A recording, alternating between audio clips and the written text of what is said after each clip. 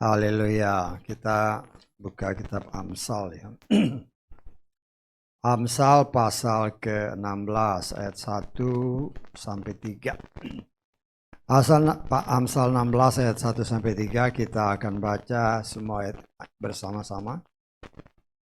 Sebagaimana tertulis di depannya, Amsal 16 ayat 1 sampai 3. Kita baca bersama 3, 4. Pada manusia ada rencana dalam hati, tetapi jawaban lidah berasal dari Yahweh. Setiap jalan manusia adalah bersih menurut pandangannya sendiri, tetapi Yahweh menimbang roh. Serahkanlah perbuatan-perbuatanmu kepada Yahweh, dan biarlah terlaksana rancangan-rancanganmu. Amin. Puji Bapa Yahweh, kita ucap syukur oleh kemurahan Tuhan yang luar biasa. Ya, oleh kemurahan Tuhan ya, kita boleh dengan iman mengakhiri tahun 2024 ya. Ya, tinggal beberapa jam ke depan. Dan kita percaya itu semua adalah kemurahan Tuhan. Ya. Begitu banyak rencana yang dulu kita siapkan ketika mau memasuki 1 Januari 2024. Dan sebentar lagi kita akan mengakhiri, ya tinggal beberapa jam ke depan ya. Kita akan mengakhiri oleh kemurahan Tuhan tahun 2024 ya. Kalau perusahaan-perusahaan sudah mulai main hitung-hitungan ya, kalau mereka sudah mau tutup ya, istilahnya apa, tutup buku ya. Ya walaupun ada perusahaan tutup bukunya ya mungkin sekitar bulan April, tapi ya ada juga yang mulai hitung-hitungan pada akhir tahun setiap tahunnya. Dan kita juga secara rohani mulai hitung-hitungan ya. Sudah berapa banyak rencana kita, berapa banyak yang boleh kita peroleh oleh kasih kemurahan Tuhan, dan juga berapa banyak yang masih belum selesai ya. Semua itu adalah anugerah Tuhan ya. Walaupun seringkali kita lupa ya satu ayat yang seringkali disampaikan di tempat ini, bahwa Bapa Yahweh itu adalah sutradara agung ya. Sutradara agung yang sudah menulis semuanya bagi setiap pribadi kita sejak sebelum segala sesuatu ada. Ya. Kita kan sudah baca di dalam Mazmur 139 ya, tapi kalau ILT 3 kurang tepat ya. Tapi kalau berdasarkan Lukas, berdasarkan terjemahan-terjemahan lain, semua sudah tertulis ya. Sudah tertulis sebelum segala sesuatu ada. Walaupun banyak orang antara percaya dan nggak percaya, ya. Kalau dinyatakan, wah itu semua sudah tertulis, ya ada juga yang percaya. Tetapi kalau sudah menyangkut pribadi seseorang, Tuhan juga sudah tahu siapa yang masuk surga dan yang tidak masuk surga. Mulai timbul pertentangan-pertentangan, ya. Mulai timbul kalau dikatakan Tuhan juga sudah tahu siapa yang akan diangkat dan siapa yang tinggal dan akan memasuki masa kalau saya boleh katakan penyaringan terakhir, atau dalam tanda kutip adalah kesukaran besar sebelum mereka oleh kemurahan Tuhan masih boleh masuk ke dalam kerajaan yang kekal sesuai dengan kitab Wahyu pasal ke-7 ya. Ya kita sudah belajar, jadi saya seringkali ingatkan, Tuhan menghendaki semua selamat, ya, itu firman-Nya. Tetapi kita percaya juga bahwa ada yang ditetapkan untuk diselamatkan, ada yang ditetapkan untuk dibinasakan. Nah, orang mulai bertanya-tanya kan. Padahal itu tertulis dengan jelas. Ya. Kemudian orang-orang percaya menganggap saya pasti selamat. Ya betul. Itu memang kehendak Tuhan. Tapi kalau dipisahkan lagi, ada yang selamat dengan cara diraibkan atau diangkat. Ada yang selamat tetapi memasuki, ya kalau saya boleh katakan dalam tanda kutip, penyaringan terakhir, yaitu kesukaran besar. Sesuai dengan itu tertulis, ya, saya nggak perlu baca lah di dalam kitab Wahyu pasal 7, saudara baca lagi di situ. Ya. Nah, saudaraku yang dikasih oleh Bapa Yahweh, segala sesuatu tetap berjalan sesuai rencana Tuhan. Ya.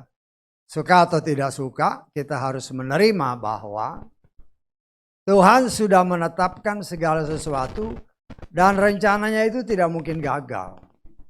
Secara menyeluruh dan juga secara pribadi, lepas pribadi kita. Ya. Nah, kita juga punya rencana kan? Kita punya juga rencana seperti yang tadi dikatakan. Hati, berdasarkan terjemahan Lukas ya. Hati manusia membuat rencana. Ya. Nah, kita kan punya rencana tahun depan mau kawin, ada yang punya rencana mau kawin kan? Ya bagus. Ada yang lagi, aduh tahun depan aku pengen ini, pengen. Boleh, rencana boleh aja. Ya. Tetapi yang harus kita ingat, sebagaimana yang tadi dikatakan, ya. Rencana boleh dibuat, tapi jangan lupa datang kepada Bapa Yahweh. Tuhan, ini rencanaku. Ya, saya punya rencana, saudara punya rencana. Tapi dengan iman, tapi rencananya terlalu besar, terlalu muluk-muluk. Ya, namanya rencana ya, bilang aja sama Bapa Yahweh. Tuhan, saya punya rencana ini. Kalau Tuhan berkenan, itu pasti jadi. Kenapa saya bilang Tuhan berkenan? Ya karena yang tadi ayat yang saya katakan itu dalam Mazmur 139. Segala sesuatu sudah tertulis. Kalau rencana kita itu sesuai dengan apa yang tertulis, pasti jadi. Hanya masalahnya kita kan nggak tahu. Kita kan nggak tahu rencana Tuhan. Ya. Tetapi saya sangat percaya kalau kita benar-benar adalah anak-anak Bapa Yahweh, maka kadang dia beritahu, aku punya rencana seperti ini. Tetapi kenyataan membuktikan, ada beberapa ayat yang kita sudah pelajari, ya.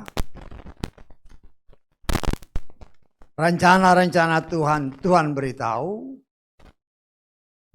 tetapi tidak seutuhnya terjadi dalam kehidupan pribadi seseorang. Karena apa? Karena mereka tanpa disadari melawan rencana Tuhan.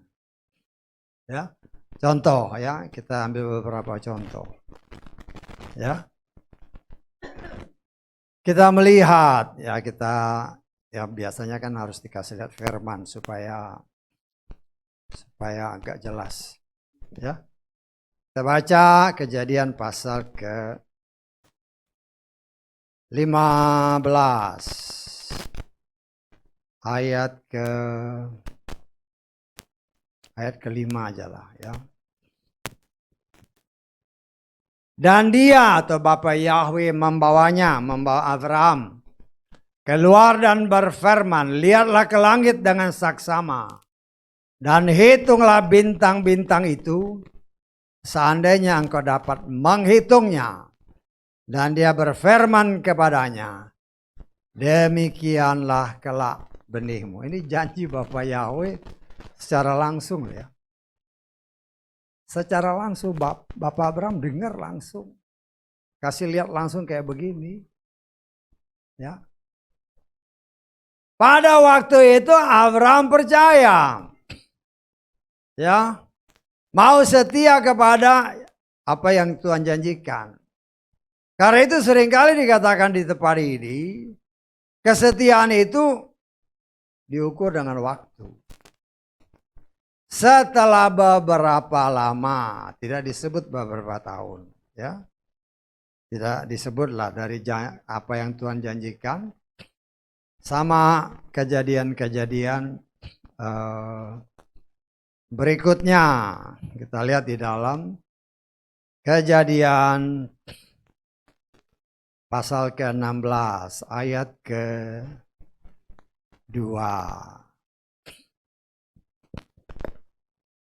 Maka berkatalah Sarai kepada Abraham, lihatlah sekarang, Yahweh telah menahan aku dari melahirkan anak. Aku mohon, hampirilah hambaku, barangkali aku dibangunkan keturunan dari dia. Dan Abraham apa? Mendengarkan perkataan Sarai. Ini orang pilihan. Ya. Tetapi setelah ditunggu, memang tidak disebut ya. Kita mungkin hanya bisa kira-kira berapa tahun sejak janji Bapak Yahweh kepada Bapak Abraham sampai kepada kejadian pasal 16 ini tidak disebut. Setahun, 2 tahun atau berapa tahun. Ya mungkin kalau kita cek sungguh-sungguh kita bisa memperkirakan. Nah, tapi dengan berjalannya waktu, si Abraham juga mulai ragu-ragu. Ya, karena apa? Karena lebih mendengar suara istrinya daripada mendengar suara Tuhan. Iya kan? Sarai mulai ngomong. Ya. Mungkin aku dapat anak dari cara yang seperti ini. Ditawarilah si Hagar, hamba daripada Sarah. Ya. Kenyataan membuktikan Abraham yang sudah mendengar langsung janji dari Bapa Yahweh, tetapi tergoda dengan perkataan istrinya, tergoda dengan melihat si Hagar kan. Hagar ini waduh masih muda. Dibanding istrinya Sarah kan udah tua, udah mulai peot kan. Ini cantik juga si Hagar ini kan. Mulailah tergoda, mulailah timbul pertimbangan-pertimbangan. Karena dia akan bertimbang rasa dengan apa yang dikatakan oleh Sarah. Mungkin melalui si Hagar ini aku akan mendapatkan anak. Ya. Orang pilihan. Mendengar suara Tuhan, janji Tuhan langsung. Tetapi karena tidak berjaga-jaga, tergoda, akhirnya dia melanggar. Ya. Atau kalau dibilang melanggar ya tidak dikatakan melanggar sih, karena memang tidak dikatakan bahwa tidak boleh punya istri banyak, kan nggak ada ayatnya waktu itu. Ya. Nah, tapi karena dia mendengar Sarah, akhirnya dia kawinilah si Hagar dengan catatan dia tidak bertanya kepada Bapa Yahweh, boleh nggak kawinin si Hagar. Itu kesalahan pertama si Bapak Abraham. Yang berakibat sampai saat ini itu terus terjadi. Ya. Antar keluarga kan itu. Ya. Antara keturunan si Yitzhak sama keturunan si Ismail dan yang lainnya dari keturunan. Ya. Nah, Tuhan izinkan terjadi. Tetapi janji Tuhan karena Abraham melanggar.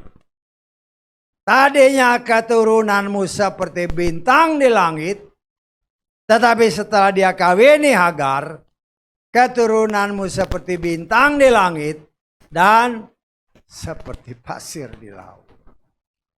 Jadi dari situ pun kalau kita cepat tanggap berarti keturunan Hagar itu ya dikatakan atau ini kan firman Tuhan.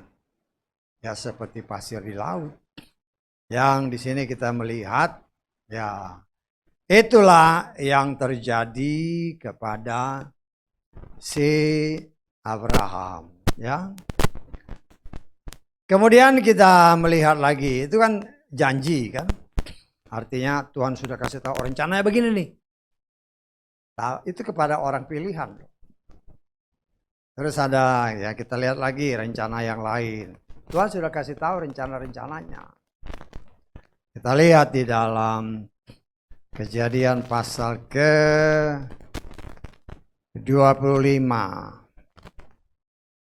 Mulai ayat 22. Ya 22, 23 lah kita baca ya.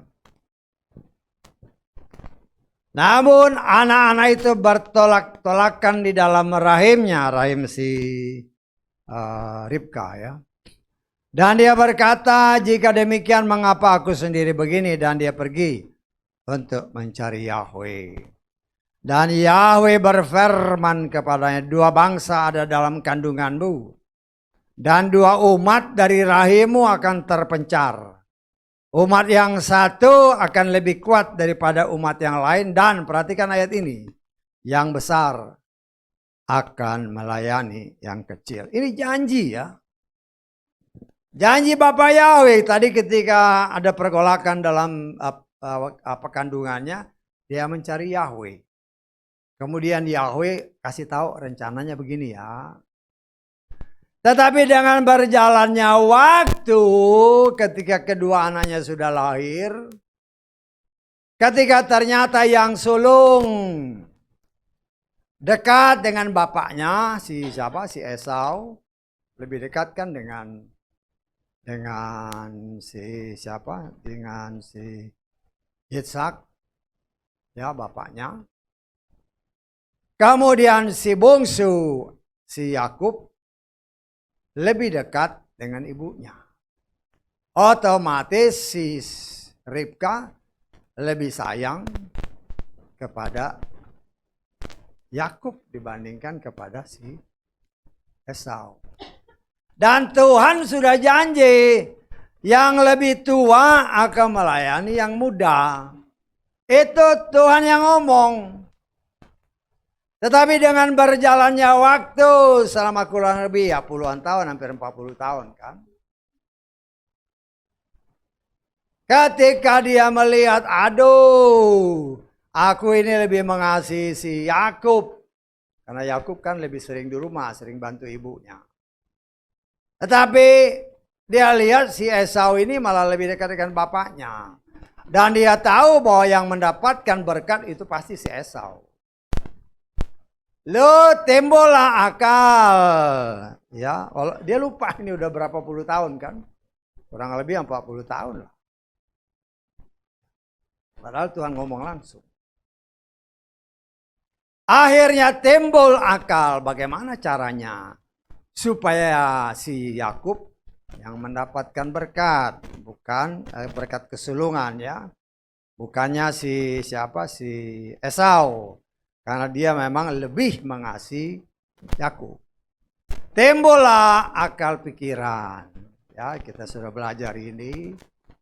Akhirnya dia mengajari si Yakub membohongi bapaknya supaya mendapatkan berkat kesulungan.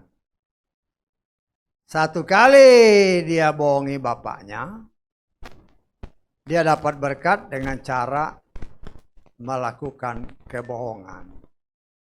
Tetapi apa akibatnya? Kita lihat di dalam Kejadian 31. Ini kita sudah belajar ya, saya cuma mengulangi. Saya harapkan saudara mengingat ya.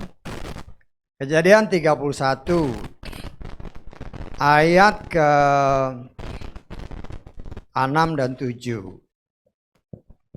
Dia bohongi bapaknya sekali, akibatnya apa? Dan kamu sendiri sudah mengetahui bahwa aku telah bekerja dengan segenap tenagaku pada ayahmu. Ini kata si Yakub kepada Laban mertuanya. Perhatikan. Namun ayahmu telah mengolok-olok aku dan telah apa?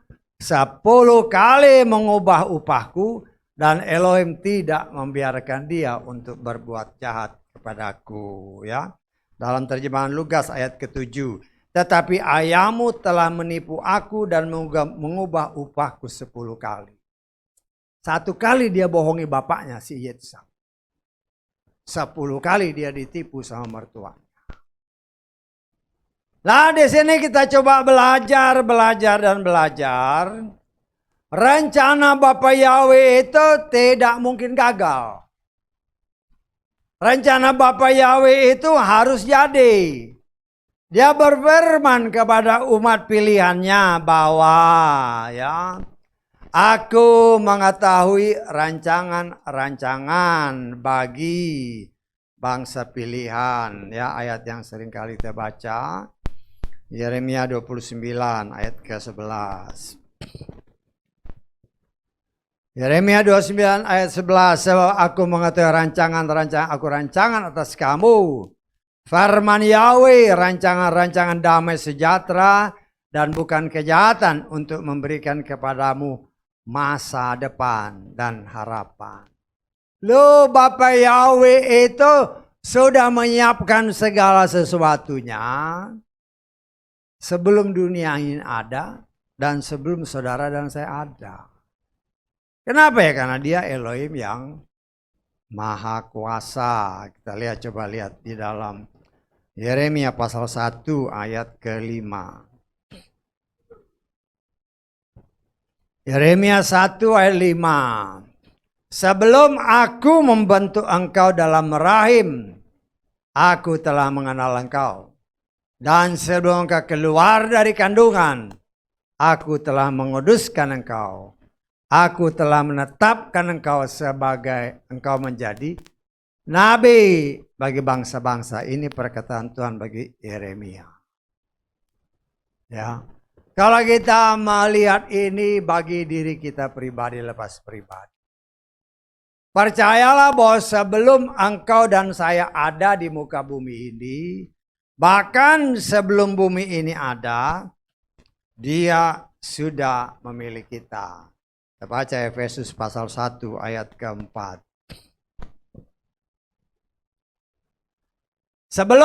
Sebagaimana di dalamnya Dia telah memilih kita. Ya, perhatikan ya ayatnya. Dia telah memilih kita sebelum permulaan dunia. Atau dengan kata lain, dunia belum ada, Dia sudah milih untuk menjadikan kita kudus dan tak bercacat di hadapannya dalam kasih. Ya. Loh, ini kan ayat firman Tuhan. Jadi sebelum dunia ada, ya itulah yang sering kali saya katakan, Dia itu sutradara agungnya. Ya. Ya, sering kali saya suka ceritakan, kalau saudara mau jadi sutradara film atau sutradara semacam sandiwara, saudara yang bikin ceritanya kan? Ya, kan udah harus ditentukan. Biasanya dalam setiap cerita ada yang berperan hal yang baik, ada berperan hal yang jahat, betul nggak? Loh, ini kan sudah diatur. Ini yang untuk yang baik orangnya ini, yang bantu-bantunya ini yang baik-baik semua. Yang jahat ini, itu kan Dia sudah tentukan. Dia sudah atur semua jalan ceritanya, Dia sudah atur. Dan saya mau katakan kepada saudara, sang sutradara ini sudah tahu sebelum cerita itu dibuat, akhirnya bagaimana Dia sudah tahu. Betul nggak? Nah, Dia sutradaranya. Jadi sebelum film dibuat, sebelum sandiwara dibuat, Dia sudah tahu awalnya bagaimana, akhirnya bagaimana. Itulah Tuhan. Inilah kalau saya boleh katakan satu cerita di dunia ini, ya sutradaranya Bapak Yahweh. Kita sebagai manusia-manusia yang sudah ditetapkan, kan Dia sudah tetapkan. Ya. Dia sudah memilih orang-orang sebelum dunia diciptakan. Untuk apa? Untuk kita menjadi kudus, artinya kita diselamatkan. Nah, itu kan satu bagian artinya yang seperti saya katakan tadi, yang ini untuk peran yang baik, itu sudah dia tetapkan. Demikian juga untuk peran yang nggak baik. Yang peran yang nggak baik ini banyak yang susah terima, ya. Susah menerimanya, ya itulah. Kenapa susah menerima? Ya mungkin karena nggak percaya sama Tuhan, ya dengan sungguh-sungguh. Jadi kita lihat ya, 2 Petrus pasal kedua, ayat ke-12. Namun mereka ini bagaikan hewan liar yang tak berakal, yang dilahirkan sebagai tangkapan dan tumpasan, yang di dalamnya mereka tidak menyadari bahwa ketika menghujat, mereka akan dihancurkan dalam kebinasaan mereka dengan menerima upah ketidakadilan karena memikirkan kenikmatan pesta pora di siang hari. Mereka yang berpesta pora dalam tipu daya mereka dengan bermabuk-mabukan bersama kamu adalah noda-noda dan celah-celah. Ya kalau kita hanya baca sepintas, ya susah ngerti. Tapi kalau dibaca, dia sudah tentukan ini yang peran yang jelek ini ya. Ya. Karena itu jangan heran apabila ada ditetapkan. Tuhan sudah tetapkan. Yang ini anak Tuhan, anak Bapa Yahweh. Dan ini anak setan. Wah itu lebih sulit lagi orang menerima. Ya.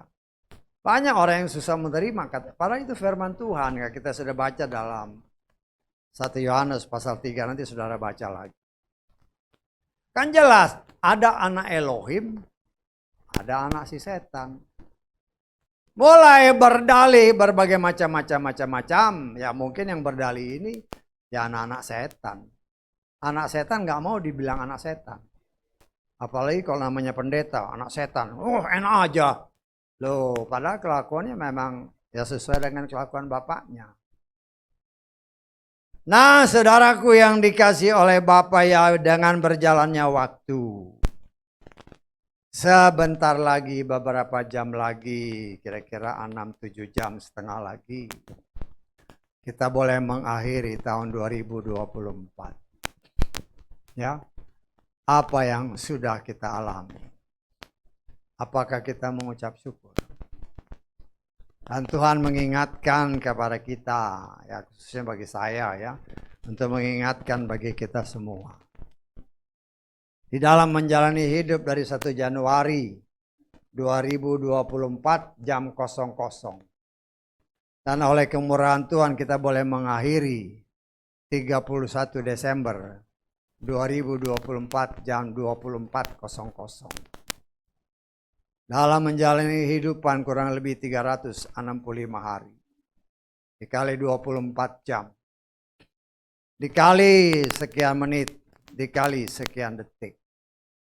Ya. Sekian detik itu bisa kita mengeluarkan kata-kata yang tidak sesuai kehendak Tuhan. Kita menaburkan benih yang tidak sesuai kehendak Tuhan. Sadar ataupun tidak sadar. Tetapi saya sebagai pelayan Tuhan mengingatkan kita semua. Ya. Untuk kita mencabut kembali, menarik kembali semua benih-benih yang bukan daripada Bapa Yahweh yang pernah kita taburkan. Sengaja ataupun tidak sengaja. Bagi diri kita sendiri, bagi orang dekat kita, terutama famili kita, bagi anak-anak kita dan bagi orang lain. Karena apa yang kita taburkan itu, ya, itu suatu saat kalau dia benih yang baik, no problem. Tetapi kalau dia bukan benih yang baik, tetapi benih dari si jahat, cepat atau lambat, kalau kita biarkan, kita akan menuai hasil yang tidak baik. Ya mungkin kita sudah lupa. Atau mungkin kita tidak menyadari kita telah menaburkan sesuatu yang tidak baik. Tetapi biarlah kita merendahkan diri di bawah kaki Tuhan. Ya, saya menganjurkan sebentar malam, ya. Saya pikir-pikir tadi kan, ya biasanya kan saya nginep sini. Cuma karena ini tanggal 31 malam, ya saya harus pulang lah berdoa di tengah keluarga. Ya untuk ya saudara juga berdoa buat keluarga kita, buat diri kita, buat keluarga kita. Apalagi engkau sebagai imam-imam dalam keluarga, doakan dirimu, doakan istrimu, anak-anakmu, dan mungkin anak cucu, bahkan mungkin seterusnya. Doakan bagi mereka semua. Doakan dengan iman benih-benih yang mungkin kita pernah taburkan yang bukan dari Tuhan. Cabut semua dengan iman. Minta kemurahan Tuhan, pertama-tama minta ampun. Karena kita telah menaburkan sesuatu yang bukan daripadanya. Dan dengan iman kita cabut sampai ke akar-akarnya. Kita harus buang jauh-jauh dan kita nyatakan tidak berlaku. Kemudian kita ganti dengan benih-benih yang baik. Memang benih itu nggak kelihatan. Tetapi ya suatu saat kalau kita tidak mengakui dan tidak mencabut, akan terjadi. Ya contoh kan. Anak-anak kan. Anak-anak orang tua kan ya kadang-kadang saking kesalnya kan keluarkan kata-kata yang negatif. Ya. Tapi nggak sadar, dibiarin aja. Nggak sadar kalau dia sudah menanamkan benih yang tidak baik. Dan itu kan ditangkap oleh jiwanya. Sehingga kalau ini tidak cepat dicabut, cepat atau lambat, engkau akan melihat perubahan dalam kehidupan anak ini. Tetapi apabila kita mau merendahkan diri, kadang-kadang kita nggak sadar bahwa sesuatu yang bukan dari Tuhan kita sudah taburkan. Kadang-kadang kan lu nakal kamu, ntar besok-besok anaknya nakal, kok jadi nakal sih? Lu kau yang pernah taburin, betul nggak? Kelihatannya kan ya sesuatu yang lumrah. Tetapi bukan seperti itu yang Tuhan kehendaki. Kalau mau ya dibalik kata-katanya. Jangan bilang nakal. Jangan nakal. Nah itu kan beda. Tapi kalau bilang nakal kamu, ya benar-benar jadi nakal. Tapi kalau kita bilang jangan nakal kamu ya. Nah itu kan beda. Jadi sesuatu yang tidak baik itu harus diputuskan. Sehingga dengan demikian ya, kita sebagai orang tua juga menaburkan benih-benih yang baik bagi keluarga kita dan bagi diri kita sendiri. Karena apa yang kau tabur itu yang kau tuai. Kalau kita taburkan yang baik, kita melihat anak-anak itu cepat atau lambat. Dia akan bertumbuh sesuai dengan kehendak Tuhan, bukan karena kita. Tapi benih-benih yang ditaburkan, segala yang baik itu berasal dari Tuhan. Karena ada tertulis ketika orang berbicara engkau baik. Yesus berkata, tidak ada yang baik itu hanya Elohim. Jadi benih yang baik itu pasti dari Tuhan. Dan kita diajar untuk menaburkan yang baik. Dan kita mengucap syukur oleh kasih kemurahan Tuhan. Ya. Katakan oleh firman Tuhan yang tadi kita baca. Percayakan berdasarkan terjemahan Lukas. Percayakanlah perbuatan-perbuatan kepada Yahweh, maka rencana-rencanamu akan terwujud. Ya kita lihat ya. Kadang-kadang kita tidak tahu ya rencana kita ini sesuai rencana Tuhan apa enggak. Ya. Tapi kan ya kita bisa lihat contohnya kan ada. Contohnya ada ya. Jadi kita belajar dari apa yang tertulis.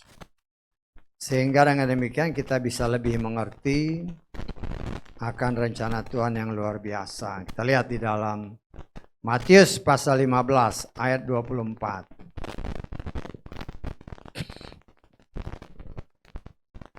Dan seraya menanggapi dia atau Yeshua berkata, aku tidak diutus kecuali kepada domba-domba yang hilang dari keluarga Israel. Artinya Yeshua datang untuk menyelamatkan domba-domba yang hilang. Dan untuk menyelamatkan itu, dia memang harus mengganti.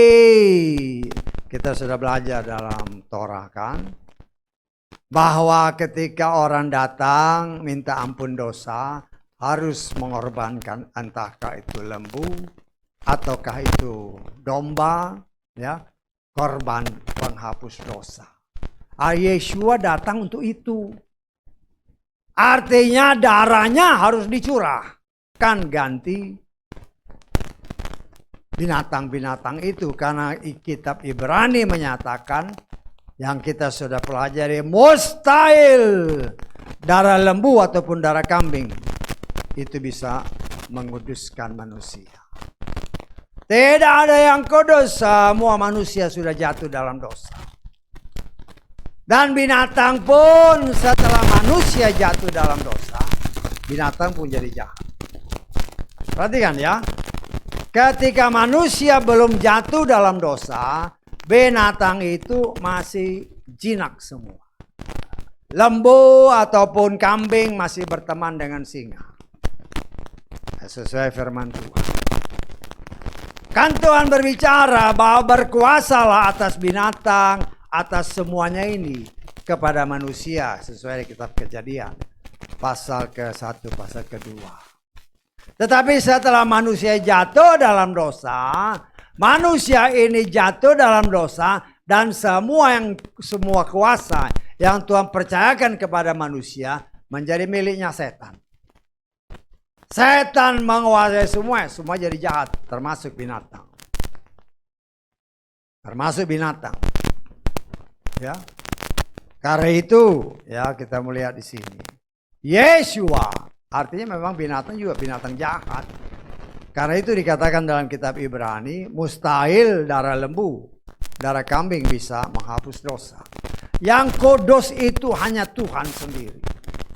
Tetapi masalahnya, kalau Bapa Yahweh sendiri turun ke dunia untuk menyelamatkan manusia dalam wujud aslinya, ada tertulis, engkau tidak bisa melihat aku. Engkau melihat aku, engkau mati. Kan Tuhan katakan kepada Mose.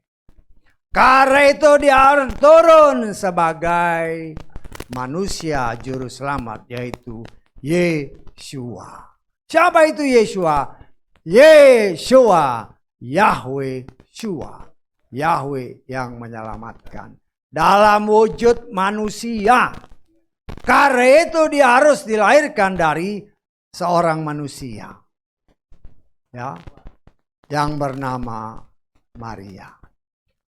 Benihnya kudus karena firman Tuhan berkata, Roh Kudus akan turun atasmu dan engkau akan hamil. Benihnya kudus, tetapi wadahnya nggak kudus. Bisa tangkap? Loh, ini bukan asal ngomong ya. Benihnya memang kudus, itu kan jelas firman Tuhan bilang kan.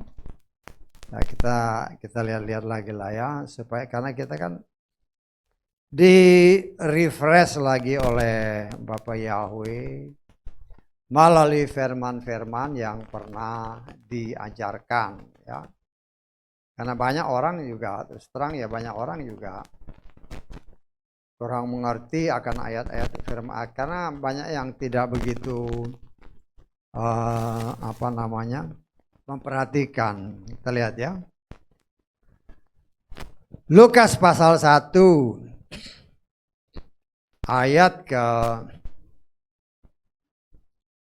34-35. Maria berkata kepada malaikat itu, bagaimana hal ini akan terjadi karena aku belum mengenal laki-laki. Artinya Maria berkata dia belum kawin, bagaimana bisa punya anak. Nah, dikatakan oleh firman Tuhan, sambil menjawab malaikat itu berkata kepadanya, Roh Kudus akan turun ke atasmu dan kuasa yang maha tinggi akan menaungi engkau. Karena itu pula yang dilahirkan itu kudus, dia akan disebut putra Elohim. Benihnya kudus karena dari Roh Kudus. tetapi wadahnya nggak kudus. Si Maria itu nggak kudus ya. Kok nggak kudus? Loh, kan segala sesuatu harus berdasarkan firman. Kita lihat Roma pasal ketiga ayat ke-10.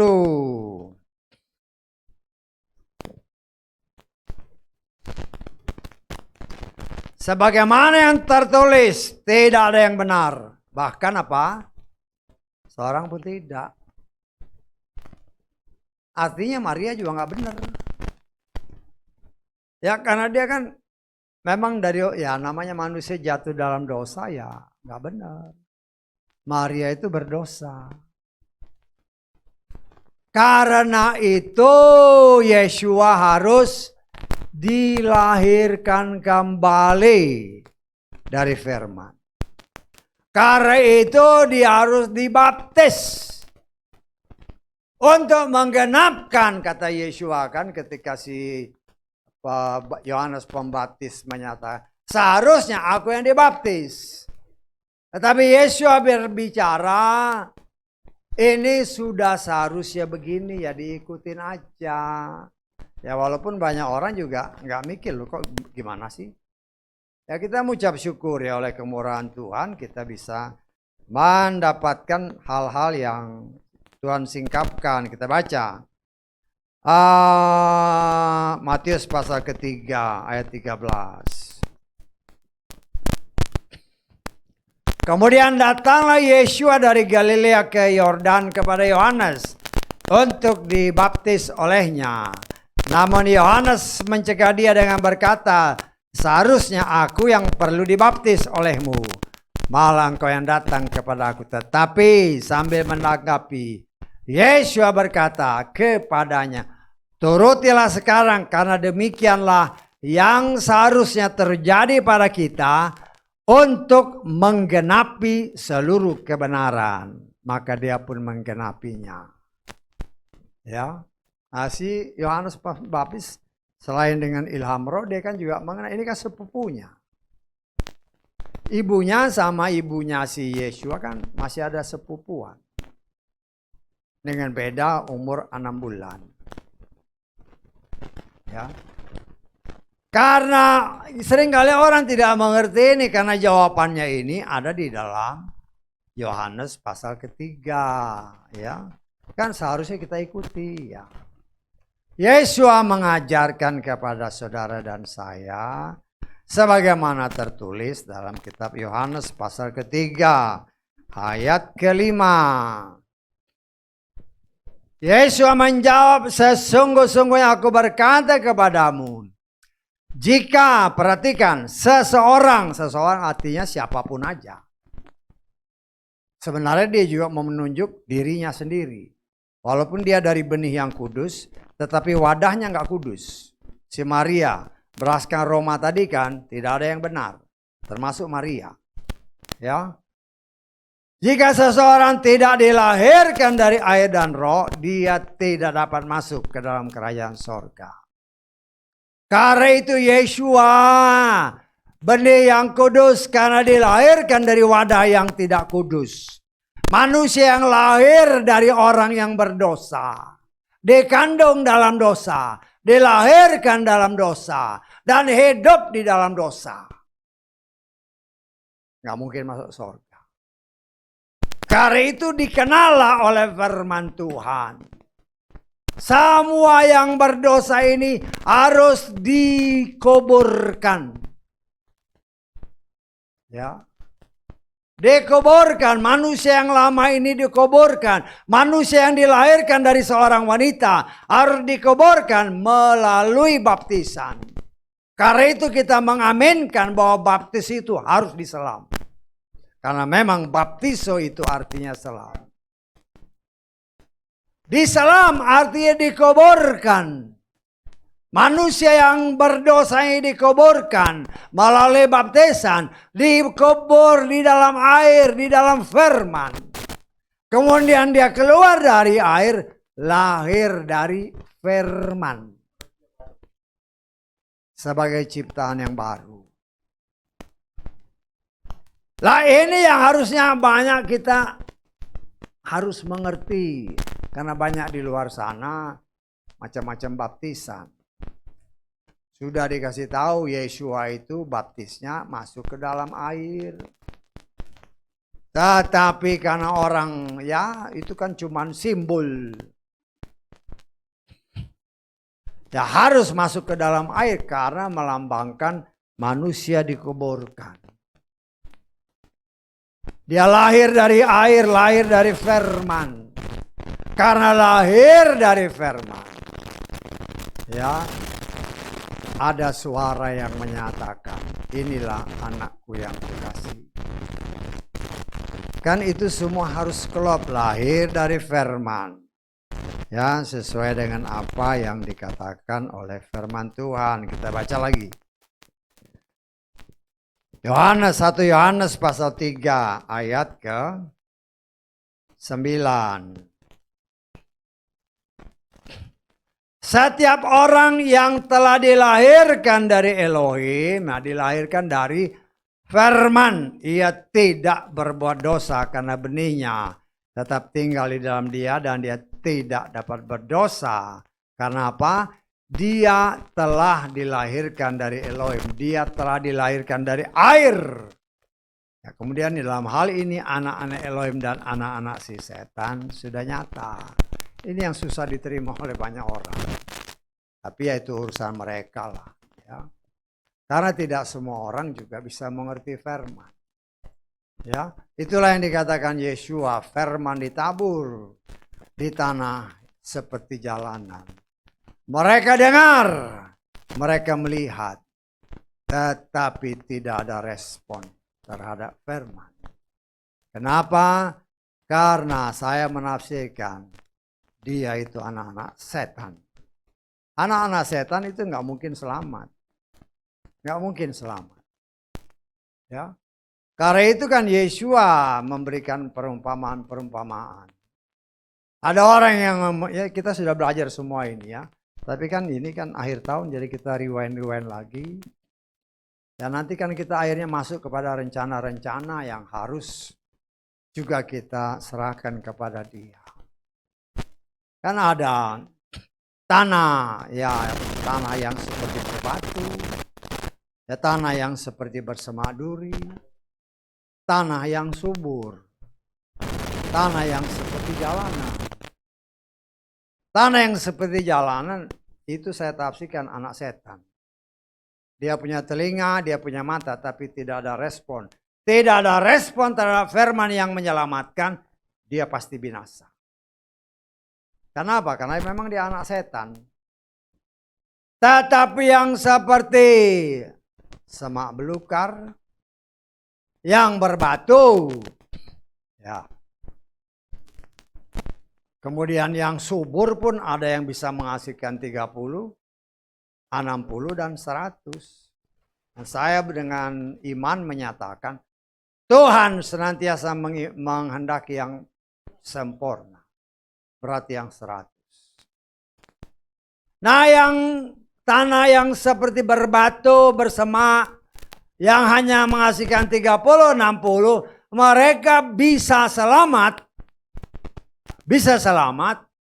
Asal mereka mau berubah dan keselamatannya. Yaitu sebagaimana yang ditulis dalam Wahyu pasal 7. Ya. Mereka akan melewati saringan yang terakhir. Kesukaran yang besar. Kalau mereka lolos dari sana. Seperti ya, ini bukan asal ngomong ya.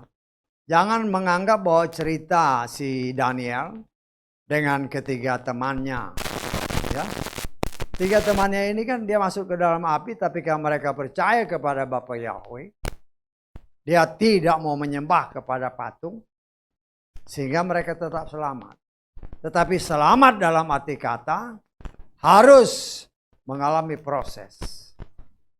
Demikian juga orang-orang yang mempunyai karakter hati tadi, yang seperti semak, yang berbatu, yang 30, yang 60. Mereka akan selamat bila mereka mau merubah diri dengan pertolongan Roh Kudus dan bertindak dengan kekuatan itu, ya mungkin nggak diangkat. Tetapi untuk sampai selamat, mungkin selamat.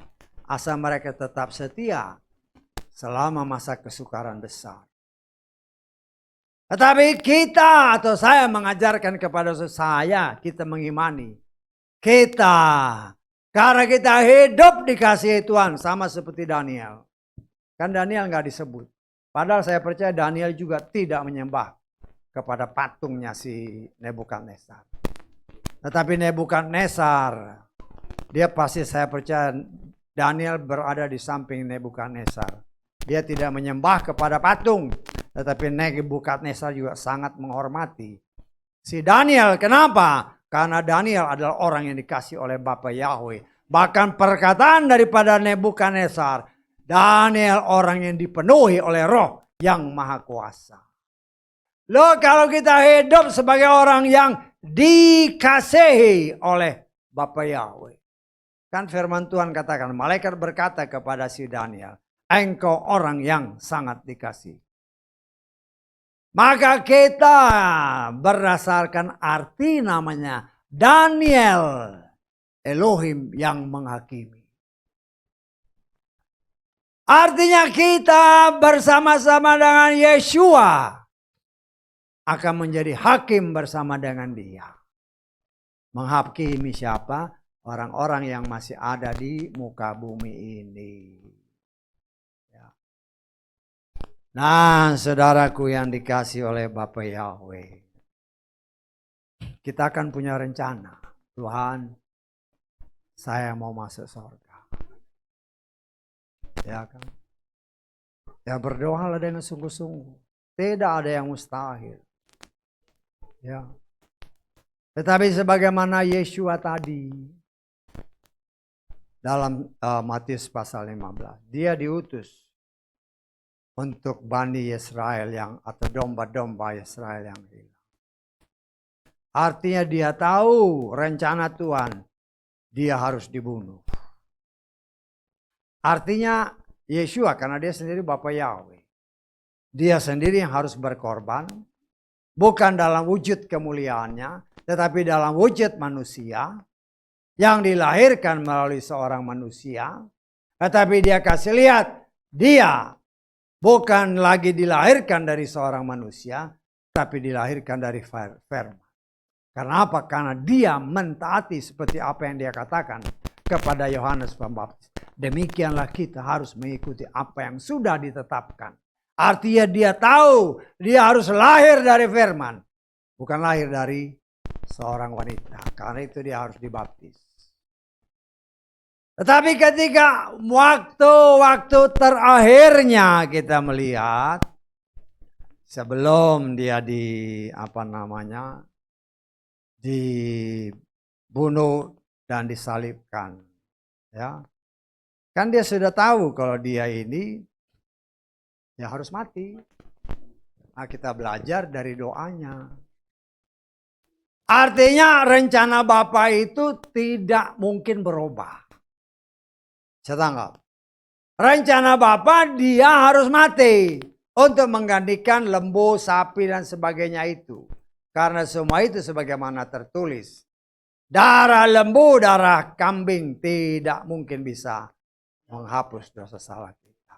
Dan darah yang suci itu semua dia. Karena itu memang dia datang, memang harus dibinasakan. Dibunuh, darahnya harus tercurah. Untuk bagi orang yang percaya bahwa darah itu darah kudus yang menyelamatkan, yang menerima dia pasti selamat. Karena itu dia harus mati. Tetapi apa yang kita pelajari di sini, kita lihat Matius pasal 28. Ayat ke 38-39. Matius 26 ayat 38-39.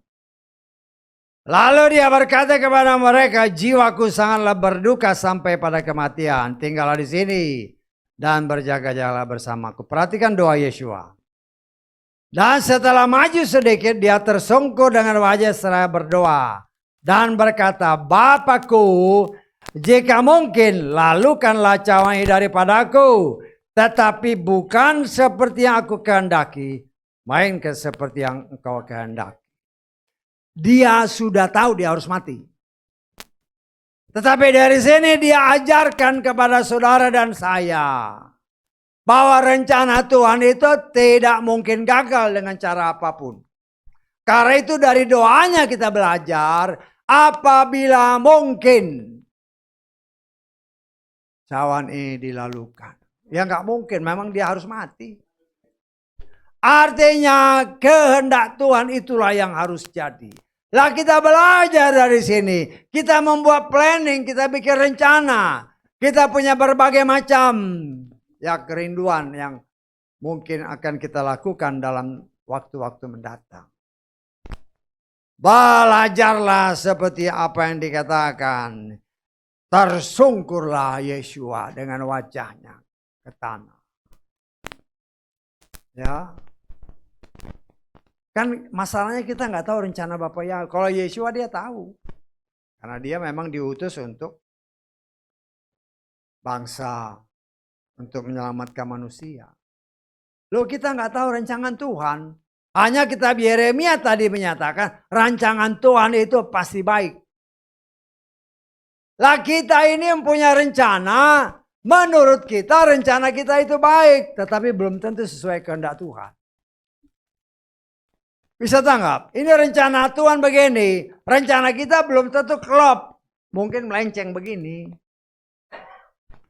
Karena itu kita berdoa, Tuhan ini rencanaku. Boleh ngajuin rencana. Ya. Tetapi belajarlah dengan tersungkur di bawah kakinya. Memohon belas kasihannya. Bukan rencanaku yang jadi Tuhan. Tapi jadilah rencanamu. Karena aku percaya rencana Tuhan adalah yang terbaik bagiku. Tetangga, bukan kita sendiri ya. Apalagi yang menamakan diri orang tua. Ya. Saya belajar ya memang sejak bertobat dulu kan. Kayak sekarang ini ya anak saya yang nomor 3 itu kan di Banjarmasin. Sekarang kan dia sedang hamil. Anak dalam kandungan udah saya doain. Supaya dia lahir itu berguna untuk Bapak Yahweh. Ya demikian juga anak-anakku yang lain. Ku doakan sejak ya cucu-cucu semua. Sejak mereka dalam kandungan bahkan sebelum ada. Kita berdoa. Aku gak tahu rencana Tuhan buat mereka. Tetapi kita bagaimana Tuhan.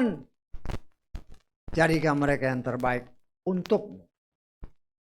Karena dia berasal daripadamu. Dan biar itu untuk. Artinya saudara pun belajar. Kita kan rindu anak-anak kita, cucu-cucu kita. Berhasil. Ya. Sepatah kata doa kita sampaikan kepada dia. Doa kita itu pasti didengar. Tetapi pengkhotbah pasal 3 katakan, segala sesuatu ada waktunya. Waktu Tuhan adalah waktu yang paling indah. Tetapi selama menunggu, tetaplah setia berdoa. Ya, karena kadang-kadang ya, ada juga orang-orang yang ya mengandalkan firman juga. Mengandalkan firman, saya sudah sekali berdoa, ya, nggak perlu lagi doa. Ya itu tergantung iman masing-masing, ya. Mengerti maksud saya? Saya udah berdoa, memang ada tertulis, tapi ya kita harus hati-hati ya. Kita lihat dari sini. Markus pasal 11 ayat 24.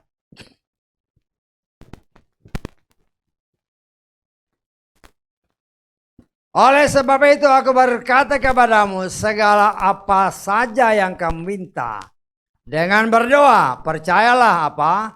Bahwa kamu menerimanya, maka itu akan terjadi kepadamu. Berdasarkan ayat-ayat ini, ya nggak masalah sih.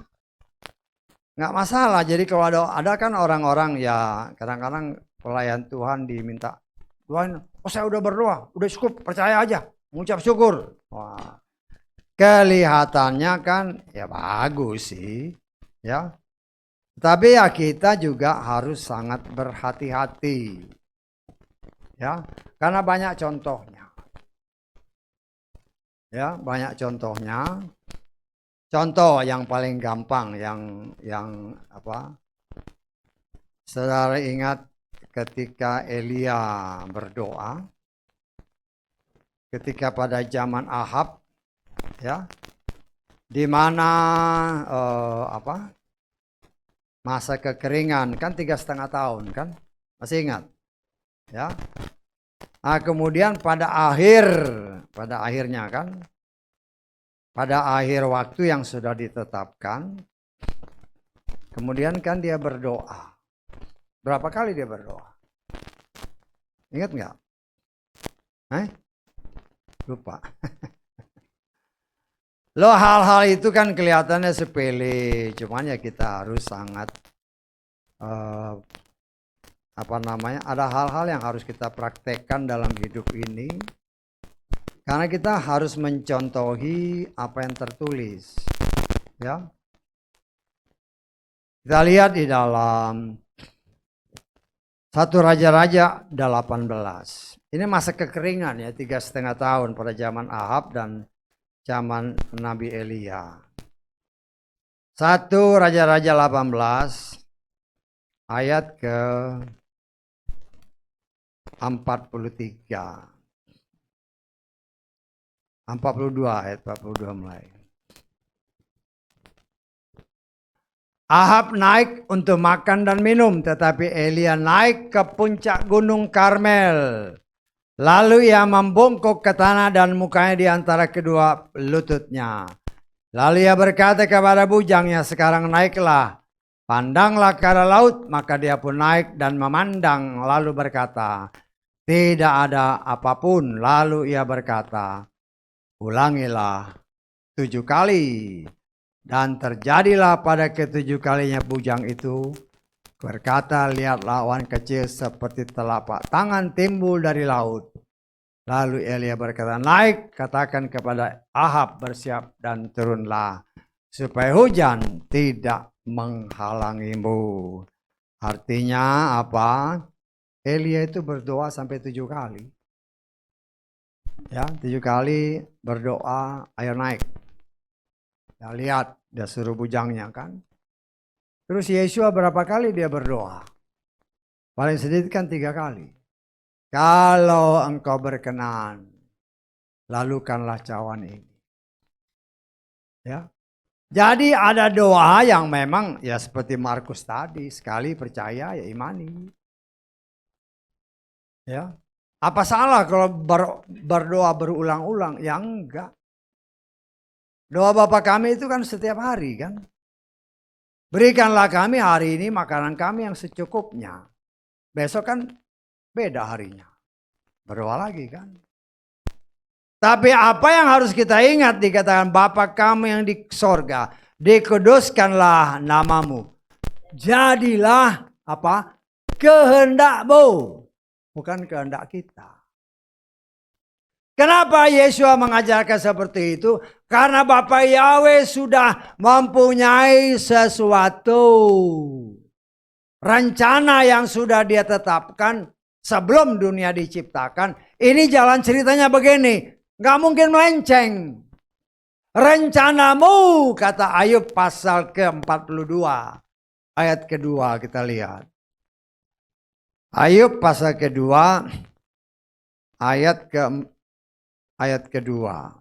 Ya, jadi kita segala sesuatu itu ya harus berdasarkan firman Tuhan. Ya. Aku mengetahui bahwa engkau dapat melakukan segala sesuatu dan apa? Tidak ada rencanamu yang gagal. Tuhan sudah buat semua rencana sedemikian rupa karena Dia Tuhan yang Maha Kuasa. Dia sanggup melakukan semua itu dan semua harus terjadi sesuai apa yang dia kehendaki. Karena dia punya kuasa untuk itu. Ya, kita lihat dalam Yesaya pasal ke-46. Ayat ke-10. Yang menyatakan hal yang kemudian sejak permulaan dan apa yang belum pernah terjadi sejak lampau. Dengan mengatakan rencanaku akan berdiri tegak. Dan aku akan melakukan semua kehendakku. Bukan kehendak kita. Karena itu Yesus berkata, kehendakmu lah yang jadi. Bukan kehendakku. Artinya di dalam kita membuat rencana besok. Ntar malam udah mulai berdoa. Mau ucap syukur Tuhan. Saya himbau ya. Sebelum jam 12 sampai lewat jam 12. Artinya sebelum kita mengakhiri tahun 24 dan oleh kemurahan Tuhan memasuki dan menjalani tahun yang baru, berdoa, memuja-muji, menyembah Dia, mengucap syukur apa yang telah Tuhan lakukan, dan mengucap syukur kita diperkenan memasuki dan menjalani tahun yang baru. Ngomong, Tuhan, rencanaku, tetapi biarlah kehendakmu yang jadi. Doakan dirimu, doakan keluargamu, doakan kerabatmu, doakan orang-orangku, doakan dunia ini. Kenapa dunia didoakan? Waktunya sudah sangat dekat. Ya, kita terus berdoa. Ya, saya secara pribadi terus berdoa.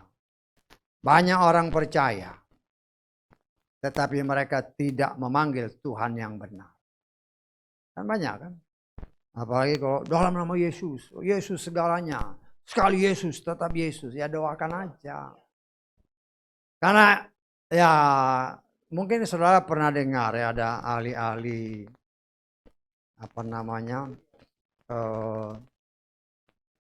orang-orang yang ahli dalam bidang apa istilahnya intel gitu kan. Sesuatu ketidakbenaran kalau berkali-kali, kalau menurut dia 8 kali atau 10 kali, yang tidak benar itu jadi dianggap benar. Lo 2000 tahun sejak Pontius Pilatus menyatakan Yesus Nazarenus Rex Iudaeum yang kita kenal Henry 2000 tahun terus menerus Yesus lafalnya sedikit berubah Yesus wah 2000 tahun yang baru mungkin beberapa kali baru seminggu baru setahun aja sudah dianggap kebenaran apalagi 2000 tahun. Tetapi sayangnya mereka tidak sadar bahwa itu adalah tidak sesuai dengan kehendak Tuhan. Ya, kita mengucap syukur ya karena itu beberapa kali dari tempat ini. Saya atau kita sebagian bagian daripada umat Tuhan yang memperoleh kasih karunia Tuhan. Ya, begitu banyak orang yang pergi ke Israel.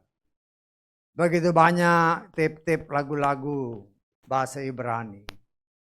Kalau orang Ibrani menyanyi lagu rohani pakai bahasa Ibrani, tidak pakai nama Yesus.